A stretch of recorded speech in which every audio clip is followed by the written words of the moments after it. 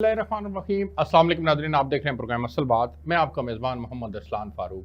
नाज़रीन, इमरान खान साहब मुसलसल अदारों के ऊपर दबाव बढ़ा रहे हैं और पब्लिकली ऐसा हो रहा है कि वो कह रहे हैं कि अदारे न्यूट्रल क्यों हैं, उनको न्यूट्रल नहीं होना चाहिए।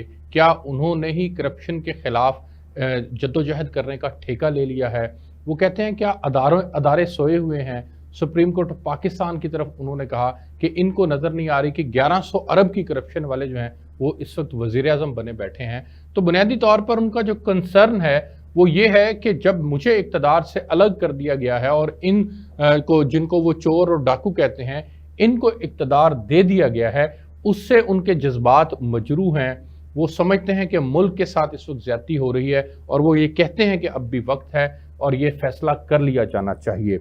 वज़ीर आज़म पाकिस्तान इस मामले के अंदर जो पार्लियामेंट के अंदर प्रोसीडिंग चल रही है, कल मुस्लिम लीग नून के रहनुमाओं ने भी बताया कि वो आर्टिकल 6 का रेफरेंस जो है वो इमरान खान साहब के खिलाफ ऑन ग्राउंड है और वो स्पीकर कौमी असम्बली ने 30 दिन के अंदर उसके ऊपर फैसला करना है। आर्टिकल 6 से मुराद है कि आपके ऊपर गद्दारी का मुकदमा चलेगा। आज इस प्रोग्राम के अंदर हम बात करेंगे कि बुनियादी तौर पर जो कंसर्न्स हैं आपके पॉलिटिकल कंसर्न, उनको आप पार्लियामेंट के अंदर बैठकर हल करें, सियासत के हलकों के अंदर बैठकर हल करें। आप क्यों अदारों को मुसलसल इन्वॉल्व कर रहे हैं, उनके ऊपर क्यों तनकीद की जा रही है और उनसे क्यों मदद मांगी जा रही है? क्या पाकिस्तान के अंदर माजी के अंदर भी यही रविश रही? मुस्लिम लीग नून पहले अग्रेसिव पॉलिसी अपनाए हुए थी, चंद अदारों में बैठे चंद अफराद का नाम लेकर बाकायदा अपने जलसों के अंदर उनके खिलाफ तकारीर किया करती थी, और आज वही रविश जो है वो तहरीक इंसाफ ने अपना ली है। तो इससे नुकसान पाकिस्तान का होगा। इसके ऊपर आज के प्रोग्राम के अंदर बात करेंगे। मैं बहुत मशहूर हूँ सदीकुल फारूक साहब का। आप पाकिस्तान मुस्लिम लीग नून के सीनियर रहनुमा हैं। आपने वीडियो लिंक पर मुझे ज्वाइन किया sir, thank you so much आपका प्रोग्राम के अंदर ज्वाइन करने के लिए। उनके साथ मुझे नदीम कुरैशी साहब ने ज्वाइन किया है, पाकिस्तान तहरीक इंसाफ के सीनियर रहनुमा हैं और आप सूबाई असम्बली के मेंबर भी हैं। सर बहुत शुक्रिया आपका कि आपने प्रोग्राम के अंदर मुझे वीडियो लिंक पर ज्वाइन किया। मैं सदीकुल फारूक साहब आपसे आगाज़ करना चाहूँगा। कुछ ही देर में मुझे शैला रज़ा साहिबा भी ज्वाइन करेंगी, पाकिस्तान पीपल्स पार्टी की सीनियर रहनुमा, लेकिन मैं सदीकुल फारूक साहब से आगाज़ करना चाहूँगा। सर, इमरान खान साहब आज अदारों पर दबाव बढ़ा रहे हैं सर, और सियासत में अदारों को शामिल करने की जो रवायत है वो मुस्लिम लीग नून ने डाली। सर, माजी के अंदर आप पब्लिकली बाकायदा जर्नलों के नाम लिया करते थे, आज इमरान खान साहब उनको न्यूट्रल कहकर उनके ऊपर तनकीद कर रहे हैं। तो ये रविश चूंकि आपकी डाली हुई है, इसलिए इमरान खान साहब ने भी उसको अडॉप्ट कर लिया। बिस्मिल्लाहिर्रहमानिर्रहीम। असलाम फारूक साहब, बहुत शुक्रिया। आपने जो बात की है उसका हवाला जो है वो ये है कि हमने अगर एक दो दफा नाम दिया तो आइन की बालादस्ती के लिए दिया कि जनाब आप फला फला हजरात जो हैं वो आइन की बालादस्ती के रास्ते में न खड़े हो, आइन और पार्लियामेंट को काम करने दें।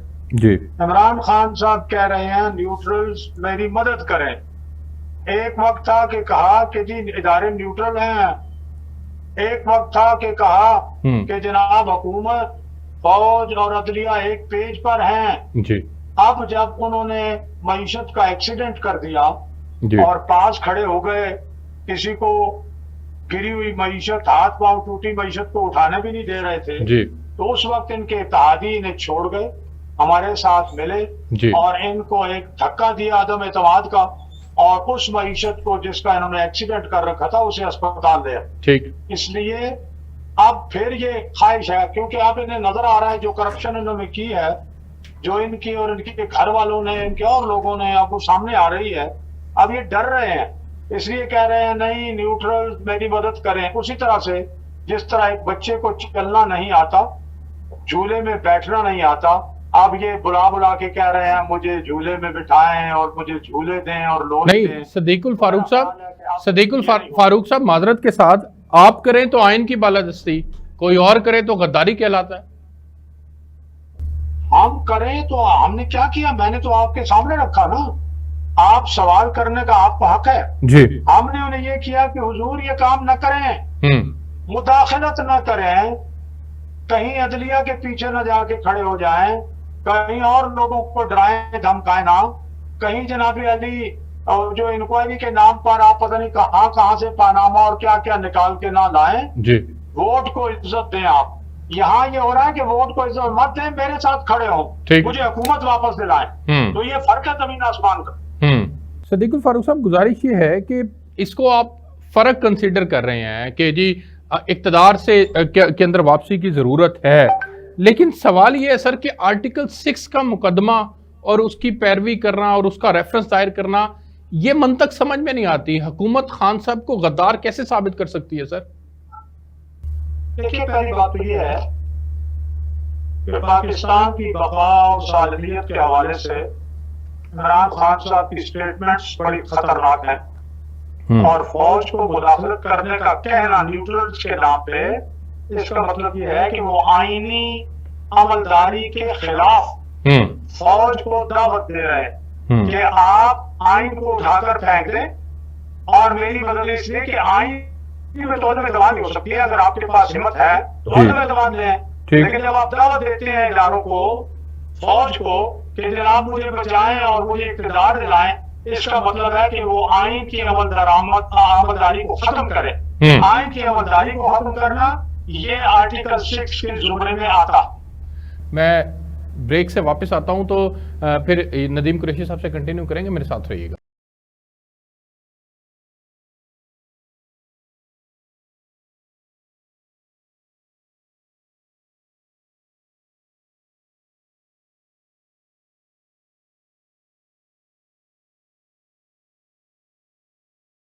जी वेलकम बैक नाज़रीन। नदीम कुरैशी साहब, सर गुजारिश ये है कि आप लोग अदारों के ऊपर मुसलसल दबाव बढ़ा रहे हैं और आप अदारों को कह रहे हैं कि वो अपनी न्यूट्रलिटी को छोड़ दें और आपका साथ दें, फिर आपके ऊपर आर्टिकल 6 का मुकदमा क्यों नहीं बनता?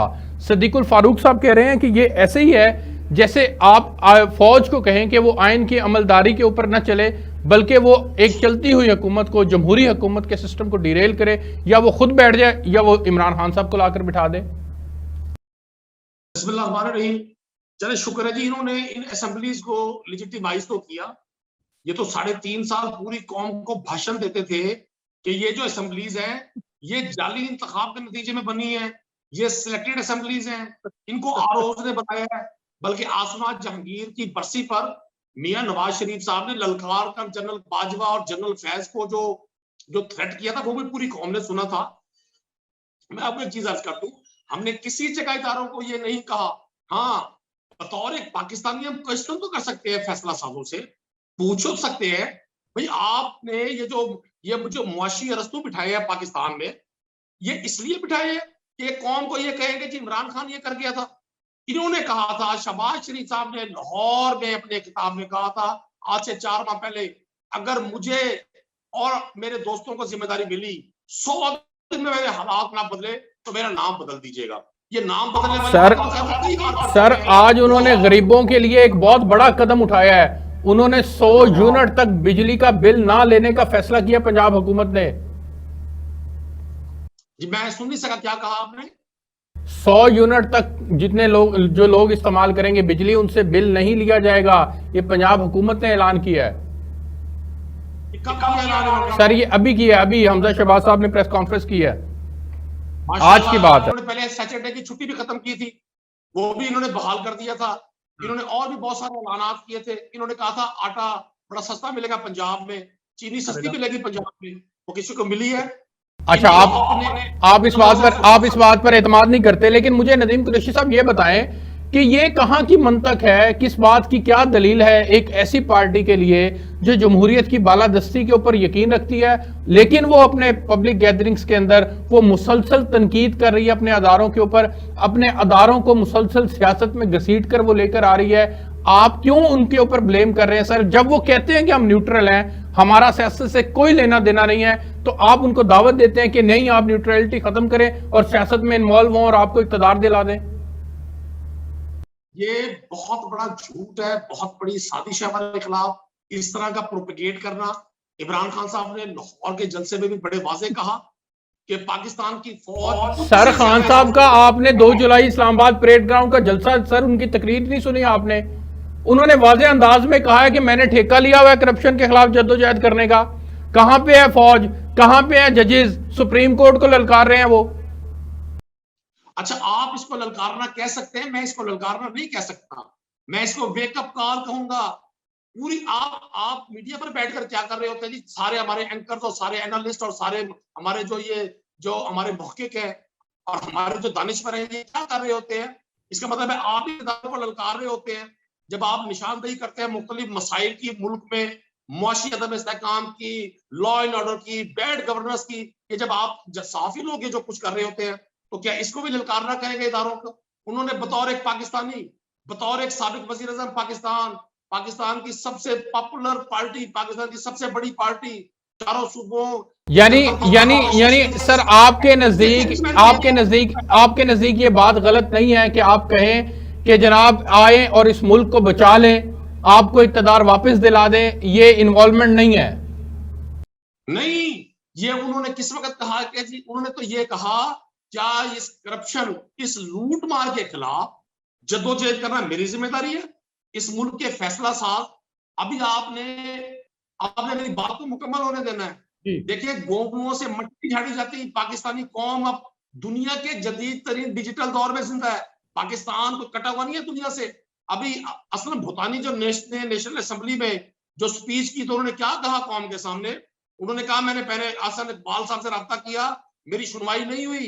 फिर मैंने प्राइम मिनिस्टर शहबाज शरीफ से रब्ता किया, मेरी सुनवाई नहीं हुई। फिर मैंने उनको फोन किया जिनके फोन से इनकी कांपे टांगती हैं। ये उन्होंने फ्लोर ऑफ द हाउस कहा है मेरे भाई। किसको फोन किया था उन्होंने? तब उनकी डेवलपमेंट की स्कीम रिफ्लेक्ट हुई बजट में। तो अरसलान साहब, सबको पता है, हर शख्स को पता है। मुझे आपने नहीं कहा था, ना सदीकुल फारूक ने कहा था ये सिविल माफिया है, ये अंडरवर्ल्ड के डॉन है, ये सबसे बड़े गॉडफादर है इस मुल्क के, इन्होंने अरबों रुपए लूटा। ये हमें सर मसला ये है कि इक़्तिदार 4 साल आपके पास था, आप कुछ साबित करते, कुछ लूटी रकम वापस लाते, तो फिर आपकी बात में भी वजन था। मैं सदीकुल फारूक साहब के पास जाना चाहूंगा। सदीकुल फारूक साहब, वो कहते हैं कि आप चीजों को इंटरप्रेट गलत कर रहे हैं।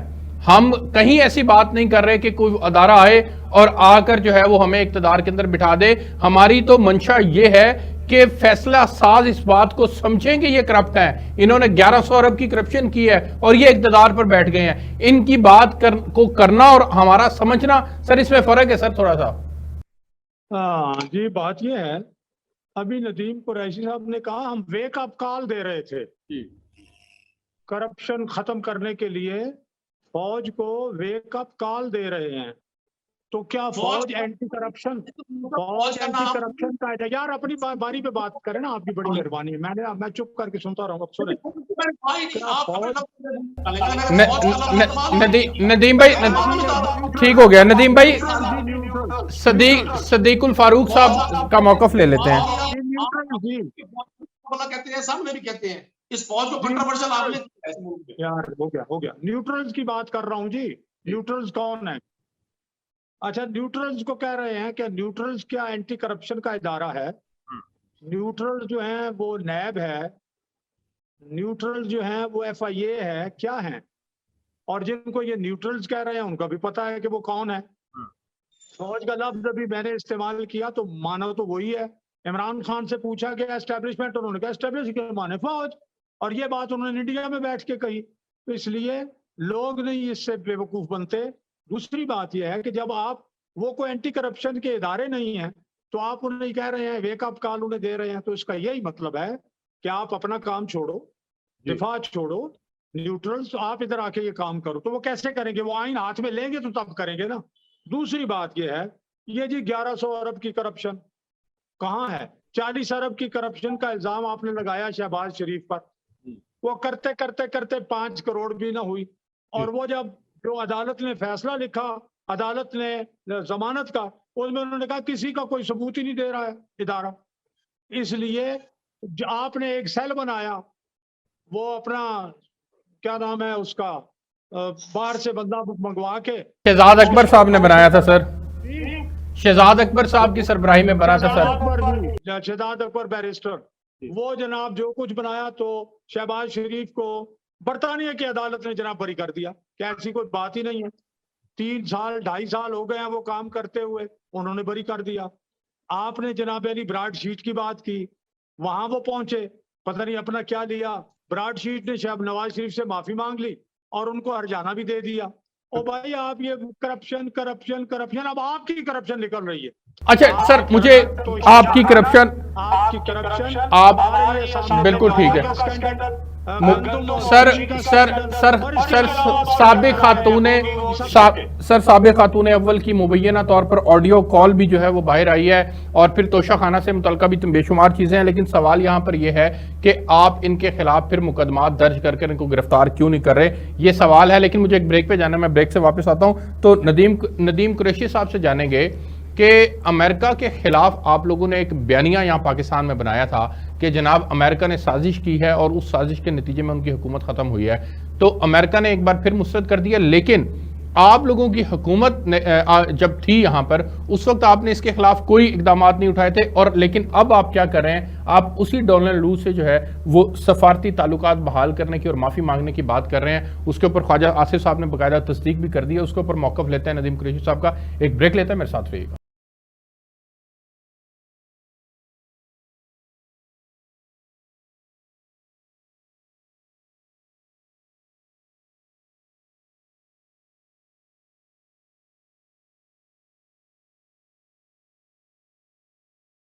जी वेलकम बैक नाज़रीन। नदीम कुरैशी साहब, सर डोनाल्ड लू से दोबारा ताल्लुकात की बहाली, अमेरिका से माफ़ी मांगी जा रही है, बाकायदा इसके सबूत हुकूमत के पास मौजूद हैं। आप लोग चाह क्या रहे हैं बुनियादी तौर पर? इक़्तिदार से निकलकर इतने फ्रस्ट्रेटेड हो गए हैं कि पहले अमेरिका के ऊपर इल्ज़ाम लगा दिया, अब फिर माफ़ी भी मांगी जा रही है। आपका मकसद सिर्फ इक़्तिदार का हसूल है? सर देखिए जी, बहुत बड़े बड़े स्कैंडल्स आएंगे, हो सकता है ये सियाचिन ग्लेशियर का और जनाब ये 71 में बांग्लादेश बनने का ये भी इल्जाम सारे इमरान खान पे लगा दें और इल्जाम भी इमरान खान पे लगा दें, क्योंकि इन्होंने सारी जिंदगी प्रोपेगेंडे की पॉलिटिक्स की है। मैं स्टूडेंट लाइफ में था जब बेनजीर भुट्टो साहब पाकिस्तान आई, 88 में मैं मैट्रिक का स्टूडेंट था, तो हमें हमारे ज़हन में ये था कि इस दुनिया का जो सबसे 86 में वो आई थी बेनजीर भुट्टो, और भुट्टो मरहूम है। इन्होंने सारी जिंदगी प्रोपेगेशन की, जिस शख्स को मिस्टर 10% कहा और फिर कौम से मनवाया, आज वो इनका बिग बॉस है। मौलाना डीजल का लफ्ज इजाद पीएमएलएन ने किया। इन्होंने प्रोपेगेंडे की पॉलिटिक्स की। एक स्टेज थी इनके जो थिंक टैंक्स थे वो पाकिस्तान की अवाम को बताया करते थे कि जुल्फकार अली भुट्टो मुसलमान ही नहीं थे, उनकी नौज़बिल्ला खतरे नहीं हुई थी। मैंने खुद बुक पढ़ी, मैंने खुद अताउल्लाह कासमी का कॉलम पढ़ा आज से 25-30 साल पहले। तो इनकी बातों पर तो मैंने जाना नहीं है जी। इन्होंने जिसको जो कहा, सर इनकी बातों पे ना जाएं, सर इनकी बातों पे ना जाएं, उसका जवाब दे दें जो मुबैना ऑडियो कॉल आई है जिसमें आप लोगों को बकायदा डायरेक्शंस जारी की जा रही हैं कि जनाब इस सारे जो बंदा आपको छोड़ के जाएगा उसको गद्दारी से लिंक आपने करना है, उसका जवाब दे दें। फरहा गोगी का जवाब दे दें, और वो जो उज़मा कारदार साहिबा इल्जाम लगा रही है उसका जवाब दे दें। किसी चीज का जवाब तो दें फिर। अच्छा, उज़मा कारदार का मैंने आपको बताया था और उनके सामने बताया था 3 अप्रैल 2022 सैटरडे, रमजान शरीफ से एक दिन पहले उन्होंने हमारे साथ असेंबली में इकट्ठे ब्रेकफास्ट किया और जो उन्होंने इमरान खान की खिदमात गिनवाई और जो उनसे पहले उज़मा कारदार से पहले लोटे हो चुके थे, जिस तरह से उनको उन्होंने अब्यूज किया, लैंग्वेज इस्तेमाल की, अल्लाह भी गवाह है मैं भी गवाह हूं, और शाम को उन्होंने हमजा के साथ प्रेस कॉन्फ्रेंस की। तो ये बातें कहने में कुछ है, करने में कुछ है। फरहा गोगी, इदारे अब इनके पास है, ताकतें इनके पास है, कानून इनके पास है, ये करे ना कार्रवाई। कर रहे हैं सर, कहते हैं रेड वारंट बेचते हैं लोगों को सिर्फ और सिर्फ ये चूरन बेच रहे हैं ताकि लोगों की तवज्जो इनकी करप्शन से हट जाए। रह गई बात आपकी इस ऑडियो कॉल की, मैं रिक्वेस्ट करूंगा उन तमाम लोगों से जो ऐसी खवातीन को, जो घरेलू खवातीन हैं जिनका पॉलिटिक्स से कोई ताल्लुक नहीं है, उन पे ये बहतान लगाने, उन पे ये इल्जाम लगाने, उनकी किरदार कशी करनी है ना करें। हमने सबने एक दिन अल्लाह को जान देनी है। ये बहतान लगाने की जो प्रैक्टिस आपने शुरू की थी किसी जमाने में, एक पॉलिटिकल लीडर, ठीक हो गया सर, मैं सदीकुल फारूक साहब के पास जाना चाहूंगा।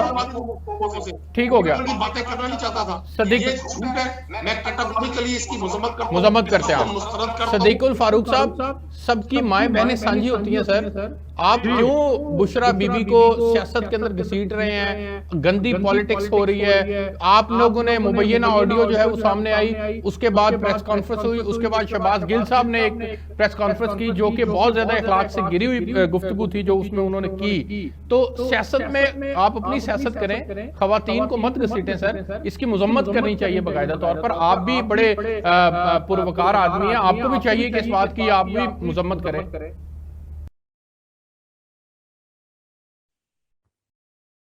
जी, अगर तो झूठ है तो फिर तो मुजम्मत, लेकिन अगर इसकी तस्दीक भी हो जाए तो हम मेरे ख्याल में क्यों ना नदीम कुरैशी साहब को और मुझे बुला के तो इसका फोरेंसिक ऑडिट ही करा लेते हैं, बात ही खत्म हो जाएगी। दूसरी बात है, ये कहते हैं जी कि इमरान खान पर इल्जाम और क्रेडिट नहीं देते। मैं तो इमरान खान को क्रेडिट देता हूँ कि पाकिस्तान का एटमी प्रोग्राम उन्होंने ही शुरू किया था और धमाके भी उन्होंने ही किए थे। ये तो सारे काम इमरान खान ने किए हैं और इमरान खान ने ये मोटरवेज और इंफ्रास्ट्रक्चर और ये सारी चीजें इमरान खान ने ही तो बनाई हैं। बाकी पाकिस्तान में कौन पैदा हुआ अच्छे काम करने वाला? सिर्फ इमरान खान। तो ये क्रेडिट मैंने दे दिया है। अब आ जाइए इनकी बातों पर। ये जो डोनाल्ड लू की से माफी मांग रहे हैं, ये पहले सोशल मीडिया पे आया जी, 2 दिन आता रहा है। उसके बाद अच्छा नहीं, दरमियान में ना बात करें ना, मैंने आपसे एक बात। उसके बाद ख्वाजा आसिफ ने इसकी तस्दीक की है कि हाँ, तो अगर ये नहीं है तो वो आ जाएगा ना अपने अमेरिका के किस ओहदेदार के जरिए डोनाल्ड लू से इन्होंने माफी मांगी है, वो सारे हकायक सामने आ रहे हैं। तो ये मैं एक बात आप सर्च करूं, ये इमरान खान का एक मैन्युफैक्चरिंग फॉल्ट है और बड़ा शदीद फॉल्ट है कि वो अपने आप को सुपरमैन, गलती से पाक, जो भी वो कहें वो ही दुरुस्त है, और फिर सोचे समझे बगैर बात कर देना। जब होश आती है ना कि हैं ये क्या हो गया, ये तो बड़ा गलत हो गया। जिस तरह से आप ये अपना न्यूट्रल्स के बारे में कह रहे हैं, इसी तरह से थूका हुआ चाटना बड़ी पड़ा। यू टर्न तो आप देखें सुबह शाम यू टर्न, और फिर यू टर्न का दिफा कैसे किया कि यू टर्न जो नहीं लेता वो बड़ा लीडर ही नहीं होता। चले जी, एक और फलसफा सामने आ गया। बिल्कुल ठीक है, लेकिन उसके बाद पाँव में बैठ के माफी मांग लेना, ये इमरान खान के लिए बराबर। लेकिन सर इसमें एक आखिरी सवाल मैं आपसे करना चाहूंगा कि आप, इमरान खान साहब ने एक और बात कही है कि आप ज़िमनी इलेक्शन के अंदर अंपायर को साथ मिलाकर खेल रहे हैं, पुलिस का बेजा इस्तेमाल किया जा रहा है और कोशिश की जा रही है कि अवाम इमरान खान साहब के साथ है, आपके साथ अवाम नहीं है, आप रियासती वसाइल को इस्तेमाल करके इलेक्शन जीतने की कोशिश कर रहे हैं। हम बिल्कुल, जब हम ये कहते हैं कि वोट को इज्जत दो तो फिर वोट का हम पास करेंगे। ये डस्का में जो कुछ इन्होंने किया था वो सामने आ गया। उसके अलावा जिस तरह से इन्होंने न्यूट्रल्स के साथ मिलके ठीक हो गया सर। मेरे पास वक्त कम है सर, मेरे पास वक्त कम है। नदीम कुरैशी साहब का इसके ऊपर मैं टेक लेना चाहूंगा। नदीम कुरैशी साहब, आप चूंकि 217 के अंदर इलेक्शन हो रहा है, ज़िमनी इलेक्शन मुल्तान के अंदर, शाह महमूद कुरैशी साहब के बेटे खड़े हैं, उन्होंने भी कुछ बातें कही थी। आपसे मैं गुजारिश करूंगा कि खान साहब ने भी ये बात कही है, लेकिन PMLN का मानना यह है कि हम इस पर बिलीव ही नहीं करते, हम तो वोट को इज्जत दो के मामले के ऊपर बिलीव करते हैं और हमें यकीन है कि अवाम हमको मुंतखब करेगी। बिल्कुल, ये वोट को इज्जतों के नारे में बिलीव करते हैं। इन्होंने पाकिस्तान की एक सिलेक्टेड गवर्नमेंट के इलेक्टेड मेंबर्स को जिस तरह से खरीदा, जिस तरह से पंजाब में और मरकज में इन्होंने लोटे बनाए, और चतराल में जो कहा था मरियम नवाज ने कि लोटे वो होते हैं जिनमें गैरत नहीं सर, वो सर टू द पॉइंट कि क्या रियासती वसाइल का इस्तेमाल किया जा रहा है कि नहीं, मुस्लिम लीग नून समझती है कि वो इस पे बिलीव नहीं करते। देखे ना, मेरी बात मुकम्मल होता है। ये मरियम नवाज ने कहा था चतराल जलसे में कि लोटों की जगह वॉशरूम में होती है, जो मुश्किल में छोड़ जाए वो गैरतमंद नहीं होता। इन्होंने 20 के 20 लोटों को टिकट दी। इनके पास मुस्लिम लीग नून के पास कोई कैंडिडेट नहीं था इन बाई इलेक्शन में कि ये उसको टिकट देते। इन्होंने गद्दारों को गद्दारी का इनाम दिया टिकट की सूरत में। और अब यकीन करें अरसलान, आप पूरी दुनिया के आज डिजिटल मीडिया का दौर है, बहुत सारे यूट्यूबर्स, वीलॉगर्स मूव कर रहे हैं, वो क्लिप्स ले रहे हैं, सिर्फ और सिर्फ पंजाब पुलिस इनकी कैंपेन कर रही है। यकीन करें आप, डिप्टी कमिश्नर इनकी कैंपेन कर रहे हैं। टारगेट सर, मेरे पास वक्त खत्म हो गया, इलेक्शन आपने जीतना है। मेरे पास वक्त खत्म हो गया। डस्का का काम आप करते हैं, हमने तो आपकी हुकूमत के दौर में ज़िमनी इलेक्शन जीते हैं अल्हम्दुलिल्लाह। और बिल्कुल ठीक हो गया सर। अब ये 17 आपने सारी जिंदगी मैच ड्रॉ किया बगैर अंपायर के। बिल्कुल ठीक है। नदीम कुरैशी साहब, सदीकुल फारूक साहब, टेम्परिंग की है, सर आप दोनों मेहमानों का सर खेला है। सर आप दोनों मेहमानों का बहुत शुक्रिया। मेरे पास वक्त खत्म हो गया। नाजरीन आपने प्रोग्राम देखा, अब तक के लिए इतना ही। आपसे कल एक नए मौजू के साथ मुलाकात होगी, तब तक के लिए इजाजत दीजिए। अल्लाह हाफिज।